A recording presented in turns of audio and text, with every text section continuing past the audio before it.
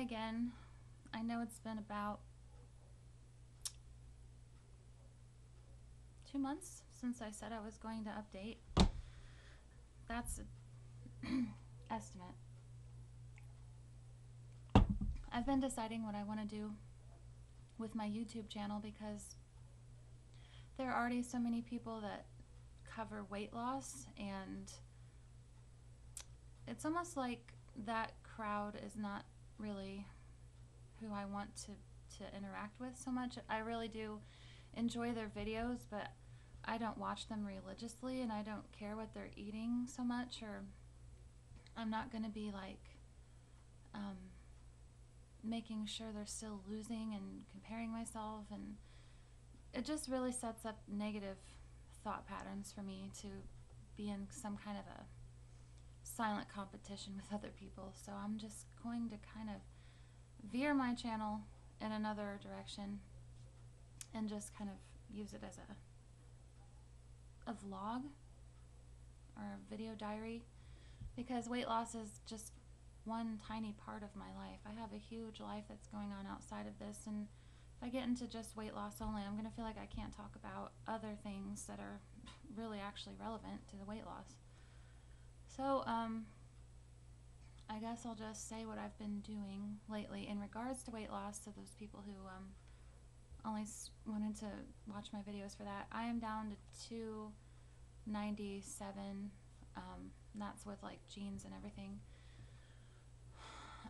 It's just been a roller coaster. My life is a roller coaster, so I'm lucky I'm just lower than I was the last time. That's my goal, just move in the right direction as much as I possibly can, and avoid the things that I shouldn't do as much as I possibly can. So since this new year, I guess I haven't updated since last year, maybe? That's terrible. I've been going to a group called Tops, which I've had to quit for now, and I will get into that later. And I've definitely changed my diet. There's not tons of sugary stuff in the house, and there never really was. It would just happen at those times that I felt like a huge, I guess you could say it was anxiety spell if I didn't eat that stuff. So I didn't know I had anxiety working against me, but I did the whole time.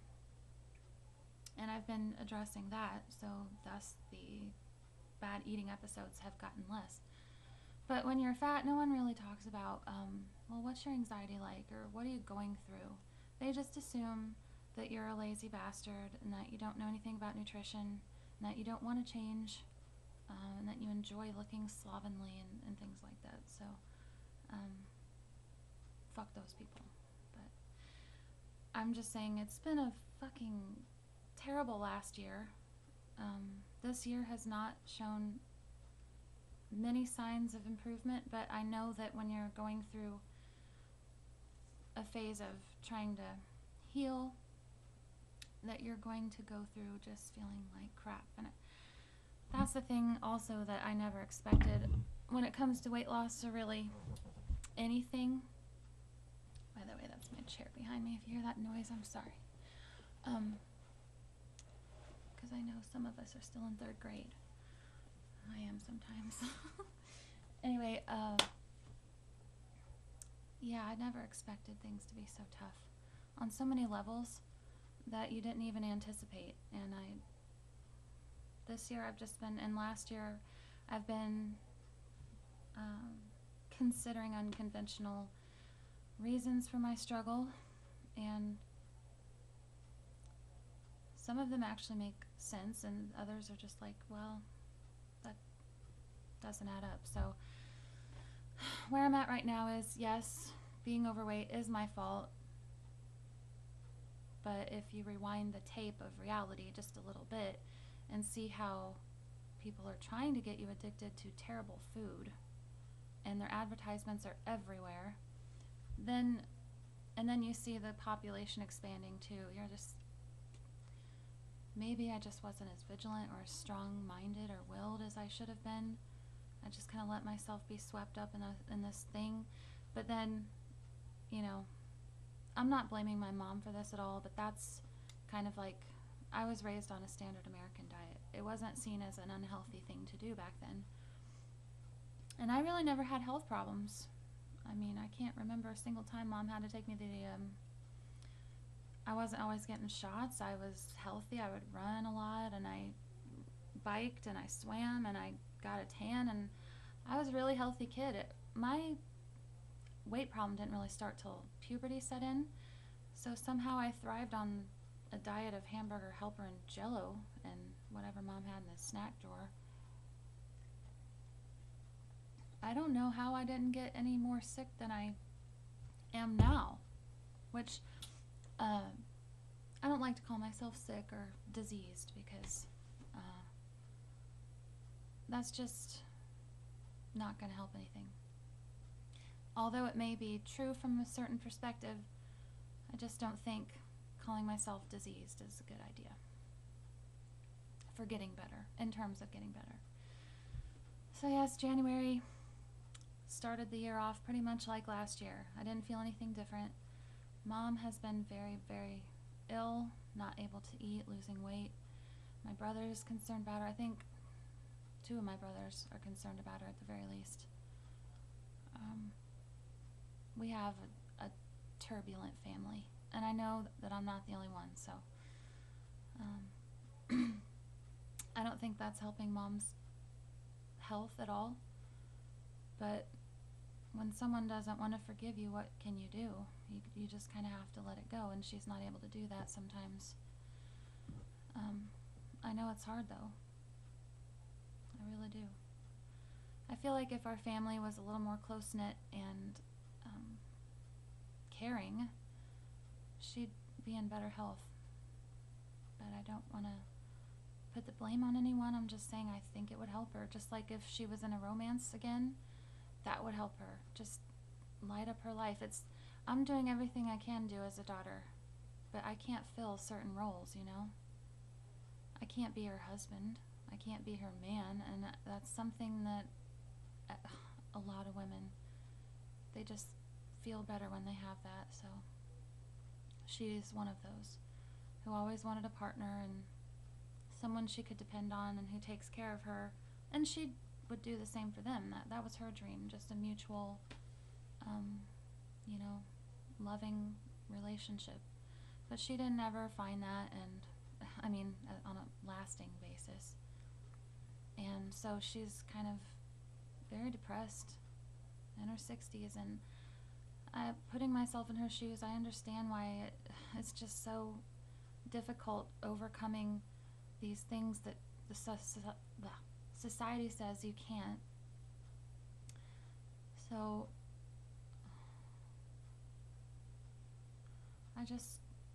I wish I could help her more. I don't know what else I can do. I'm always praying for an idea that'll just help her and just get her to the point that she can journey solo, because as much as I would just carry her all the way, this is a thing that I think is out of my hands. But like, I have this strong vow in my heart to always be there for her and always find a way to help her, because I do believe there's always a way. There's some way that would have worked. But I'm the only one thinking about it. So that takes up pretty much all of my mind. And then behind that, there's my life. She is part of my life, so it makes sense that I'm constantly trying to help her. But I really am trying to help her from like a friendship and just loving, caring family member perspective too. I mean, she's been my best friend probably in life, besides someone else. And I've had a lot of good friends, but the kind that know me 100% is pretty much just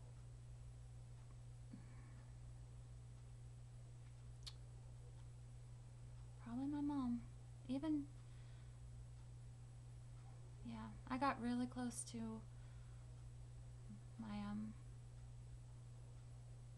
favorite person, and he knows more about me than anybody besides Mom. But it's stuff that just doesn't really get in my head. I mean, usually when you learn secrets about somebody, you're just like, ooh, that's so fascinating. He learned my secrets, and he felt touched. He said he was touched that he found out these things about me, and I didn't expect that reaction, honestly.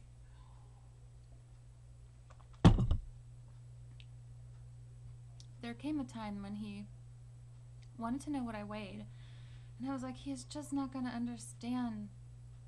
That number sounds bad. It sounds bad. And, you know, because I hear guys at my school making jokes about 200-pound women, and I'm up near 300 pounds, and I'm just like,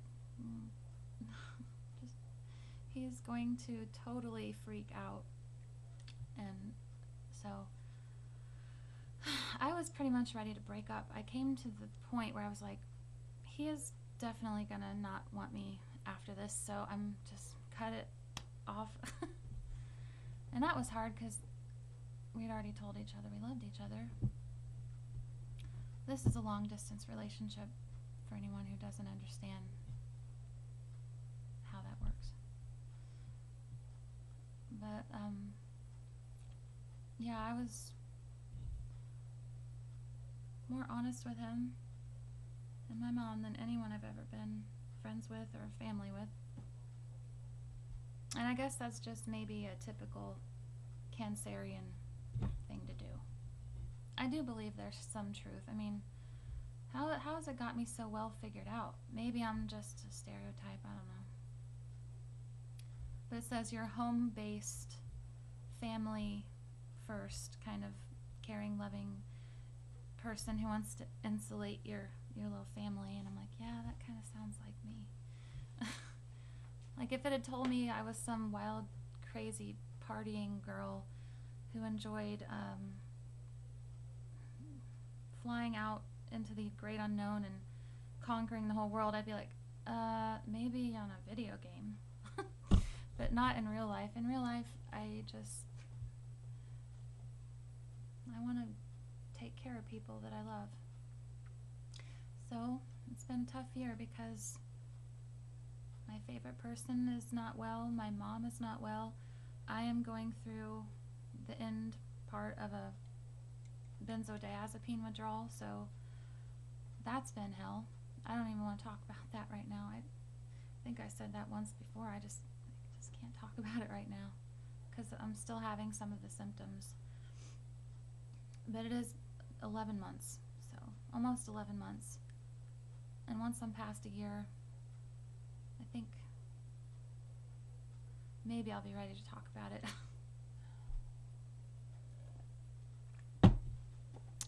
So, now that the heavy stuff's out of the way, I guess I can talk about a few tedious things. I cut my hair myself, and that's probably obvious right about now. I don't know. I looked at it, and I thought, I kind of like it. I just put it in this clip, pulled it all forward, clipped it right here, and just did this number. So this is what happened, and I thought it looks better than just the straight hanging down all the way to here. It's got some texture and yeah. See, that's the thing, like spiritual people still have to live physical lives, so sometimes you're talking about really stupid, meaningless, boring stuff and you still get a kick out of it and you're like, I am so lame. But it is true, I gave myself a haircut. I'm wearing a denim shirt that I have not worn in probably 3 months, because when I bought it, have you ever had that moment where you buy it and it looks like it's huge, it's just huge, and you're like, that'll definitely fit me with some room, and then you try it on and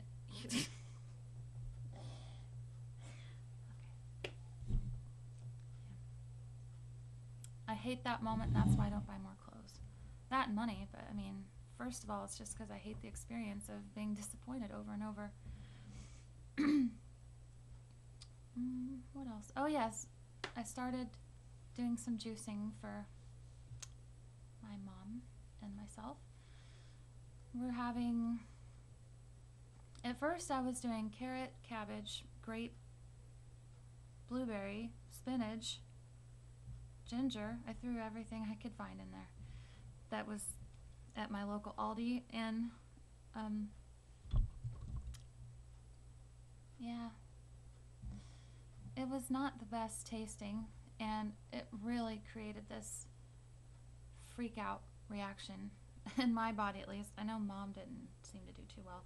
So I would have never thought this, but I went and looked it up, and apparently it's legit that when you start a healthy juice fast, or you're just implementing a new really healthy activity, you have to start slow, like it's a medicine or something. And I was just like, it's food. My body knows how to digest a carrot and cabbage and apple. But it turns out that it's not used to digesting that much fresh ingredients. And that's what I didn't think of. So I had like cramping in my liver and my stomach. And on top of that, I was drinking lemon juice at night. Just fresh squeezed lemon juice with no sugar in it. And I was feeling so great about all I was doing for myself, and surely this is going to help Mom and I in a matter of days. And well, it helped with I hate saying the word constipation, but someone in the house is constipated, and it helped them. This juice did.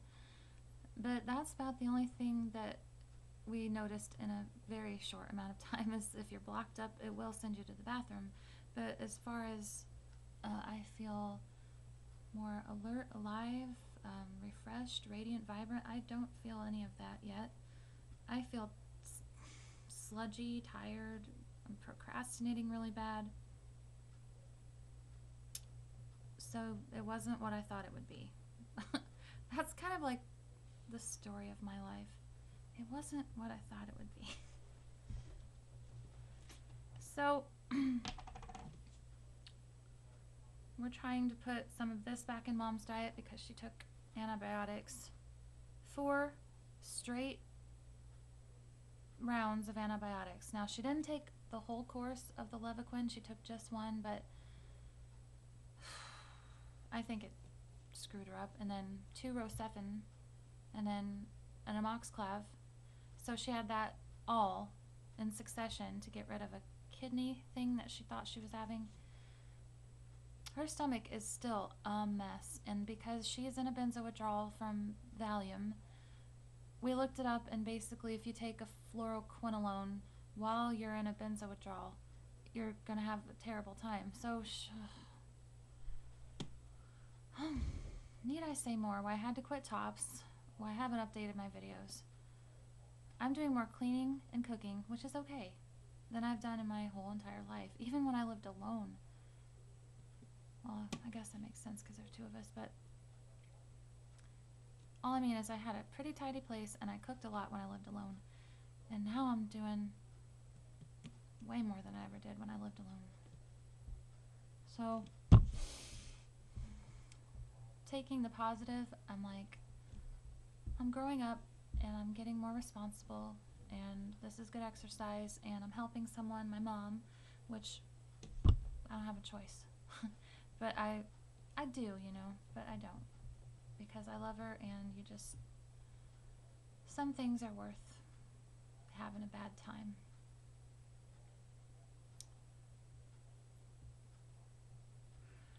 So yes, I've been tired, but being as optimistic as I possibly can. My weight is in the right direction. My hair looks 90s. I like it okay though. I've been journaling, listening to music, transcribing. I just started the treadmill again.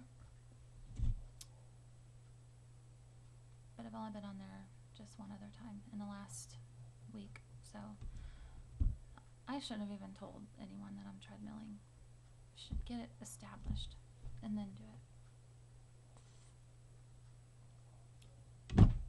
That was not meant to be disgusting. I just haven't eaten breakfast yet.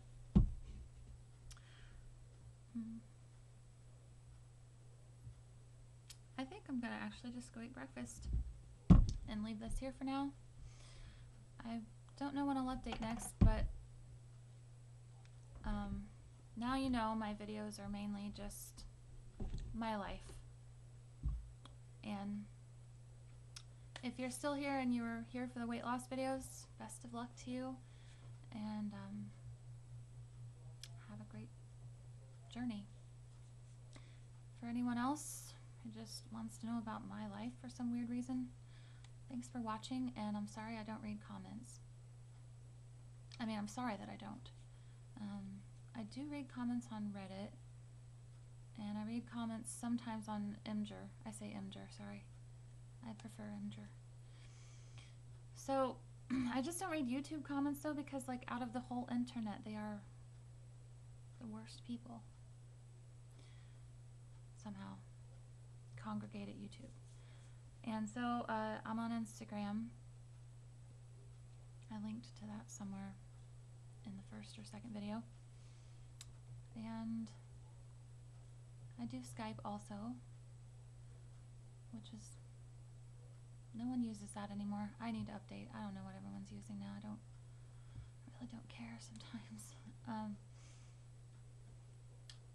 Just because life doesn't leave me very much time to establish many other activities.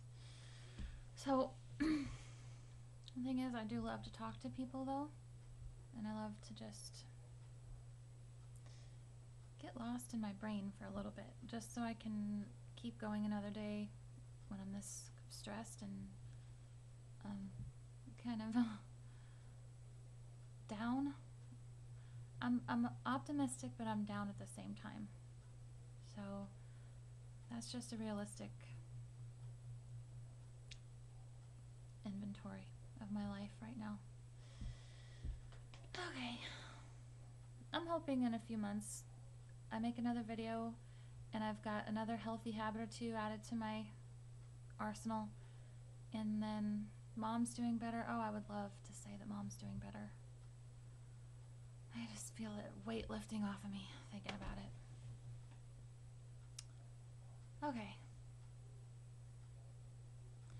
Part of me feels like it's necessary to make videos and put them online. And it's not because I want lots of viewers or a community or anything. It's just because I feel like it's important that the real me makes it to the public somewhere through one of the cracks. Like if anyone was meant to discover who I am and be part of my life journey, I made a way for them to find me. And that's happened before. Like when I signed up to a pen pal website, my favorite person found me, and it's just kind of like meant to be. So I think friendships and important people in your life, your specific life, they're important. You just meet them when you're supposed to, and the things that you do without thinking are going to be what brings you together. So yes, it's important that I at least make a few honest rants or videos or just whatever I'm doing on here. Kind of like just spread my true mind out everywhere over the internet. I've got a blog, I've got this blog, my Instagram I suppose is it's really hard keeping an honest Instagram. Because sometimes you're like, look at my $7 coffee.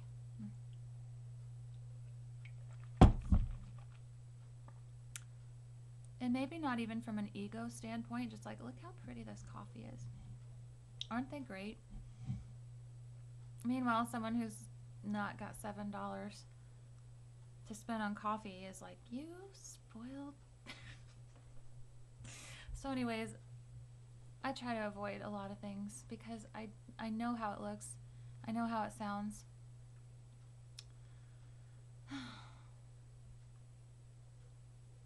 know I'm rambling right now, but if you're still here, I guess you like that, or it's just not irritating. The reason I probably have this format of video is because my mom and I used to just chat about nothing in particular, just a little bit of everything, usually without a filter of any kind, which was such a relief. And I don't really have that right now. I don't have anyone to talk to unfiltered, so it's important. Yeah, one more reason it's important that I'm making these videos, because at the end of the day, I don't want my channel to be about fake stuff that I really don't care about for a bunch of people that I'm never going to meet and who will never like me. So, alright, I'm going to wrap it up now, finally, for real, and see you again in a few months. I think I'll see you again when things are different enough to make another video, okay?